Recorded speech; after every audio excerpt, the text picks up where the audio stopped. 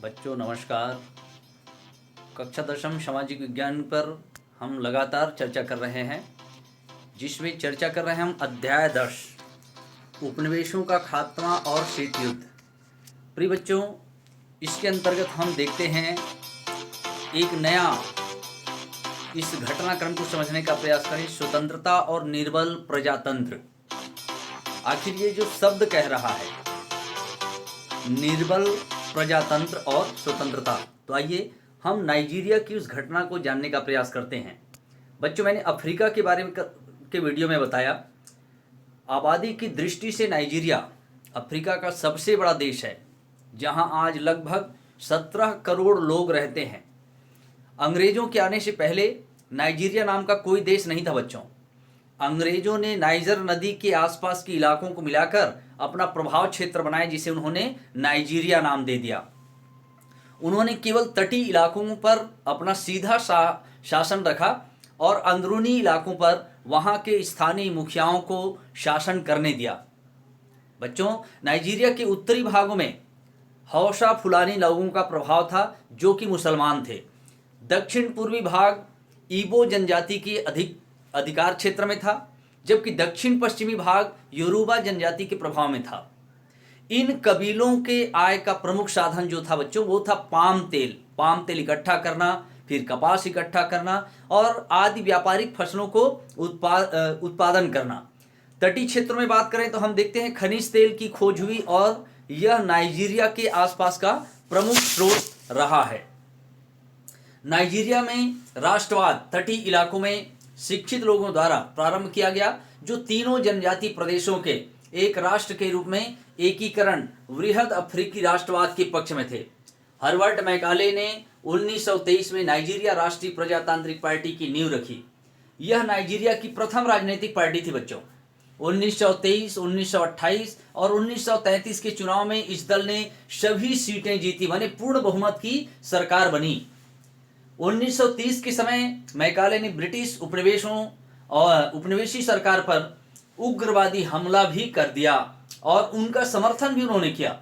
नमादी अजीकिबो ने 1936 में नाइजीरिया युवा आंदोलन की नींव रखी और वे क्या चाहते थे? वे चाहते थे कि एक समग्र नाइजीरिया की पहचान बने और सभी जनजातियां उसमें भाग ले। नाइजीरिया राष्ट्रवाद द्वितीय विश्व युद्ध के पश्चात प्रभावशाली बना।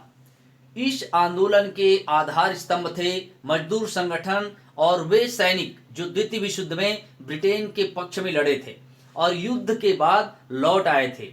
1945 में मजदूर संगठनों ने राष्ट्रीय, यहां पर हम जानने का प्रयास करें बच्चों कि वहां पर राष्ट्रीय स्तर पर जो बात आने लगी थी, क्या बात आने लगी थी? तो वहां पर हम देखते हैं कि अफ्रीका में जो हालात और परिस्थितियां बदलते जा रही थी, उसमें यह देखने को मिला कि राष्ट्रवादियों के समक्ष दो काम थे। एक उपनिवेशी शासकों से लड़ाई और दूसरा विविध और विरोधी जाति दलों को जोड़ना। राष्ट्रीय आंदोलन उत्तर की अपेक्षा दक्षिण में ज्यादा शक्तिशाली था और इससे उत्तर दक्षिण भागों के बीच एक दूरी बनी। दक्षिण में भी योरूबा और इबा के बीच तनाव और टकराव बना रहा। 1950 तक इन तीनों क्षेत्रों में क्षेत्रीय पार्टियों के नेतृत्व में आंदोलन चल रहे थे। ये जो क्षेत्रीय पार्टियां हैं, वहां पर क्या स्थिति बन रही थी? तो ये जो क्षेत्रीय पार्टियां बच्चों, उसमें उत्तर में रूढ़िवादी नॉर्थर्न पीपुल्स कांग्रेस, पूर्व में the National counselling for Nigeria and Cameroon और पश्चिम द एक्शन ग्रुप, इस तरह से अलग अलग वहां पर ग्रुप तैयार होने लगे। मगर बच्चों, वहां पर देखते हैं नाइजीरिया स्वतंत्र तो हुआ, मगर वहां स्वतंत्रता भी मिली, परंतु वहां का प्रजातंत्र निर्बल रहा। राष्ट्रवाद की लहर को ध्यान में रखते हुए अंग्रेजों ने नाइजीरिया को स्वतंत्रता देने का निश्चय तो किया और तीनों क्षेत्रों को स्वायत्तता प्रदान की। 1 अक्टूबर 1963 को नाइजीरिया स्वतंत्र हो गया और नमादी अजीकिबो राष्ट्रपति बन गए। परंतु बच्चों, दुर्भाग्य से नई व्यवस्था में न्याय संगत और प्रजातांत्रिक संतुलन नहीं बन सका और शीघ्र ही नाइजीरिया गृह युद्ध और सैन्य शासन में फंस गया। गृह युद्ध माने क्या? अपने ही सरकार के विरुद्ध अपने लोगों द्वारा लड़ाई और अंत में वह सैन्य शासन में फंस गया। 1966 में सैनिक शासन स्थापित हो गया। अजीकिबे और उसके कई सहयोगियों को मार डाला गया। सैनिक शासन के दौर में नाइजीरिया की राजनीति में उत्तर का वर्चस्व स्थापित हो गया।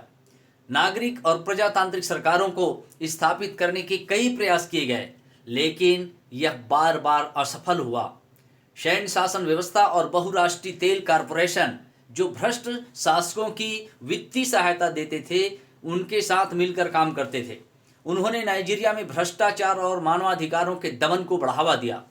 सैन्य तानाशाही के लंबे अंतराल के पश्चात नाइजीरिया ने 1999 में प्रजातांत्रिक सरकार का चयन किया, लेकिन अभी भी वहां के महत्वपूर्ण प्राकृतिक संसाधन खनिज तेल के उत्खनन पर विदेशी कंपनियों का ही नियंत्रण बना हुआ है और वहां के लोगों को इसका पूरा फायदा नहीं मिल पा रहा है।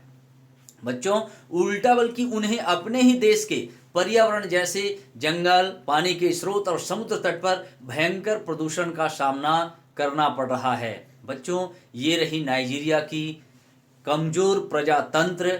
स्वतंत्रता के बाद भी वहां पर कैसा प्रजातंत्र बना और प्रजातंत्र क्यों निर्बल और कमजोर रहा। बच्चों, जिस देश की जनता जागरूक नहीं होगी, जिस देश की जनता अपने अधिकारों को नहीं समझेगी, जिस देश की जनता अपने स्वयं होकर प्रयास नहीं करेगी, तब तक कोई भी प्रजातंत्र सफल नहीं हो सकता। और यही बात हम देखते हैं, यहाँ पर चित्र में देखने का प्रयास मैं कर रहा हूँ कि जो विदेशी शासक हैं वो मस्त आराम से बैठे हैं और जो वहाँ की जनता है वो उस रथ को खींच रहे हैं, जो मानव होकर के भी जानवरों की तरह उनकी स्थिति है। ये रही प्रजातंत्र का घिनौना स्वरूप, साम्राज्यवादी नीतियों की घिनौनी व्यवस्था, जिसमें नाइजीरिया पूरी तरह फंस गया, विफल रहा और काफ़ी लंबी लड़ाई लड़ने के बाद ले दे करके वहाँ आज़ादी मिली। बच्चों, आज की कालखंड में इतना ही। आप सभी का धन्यवाद।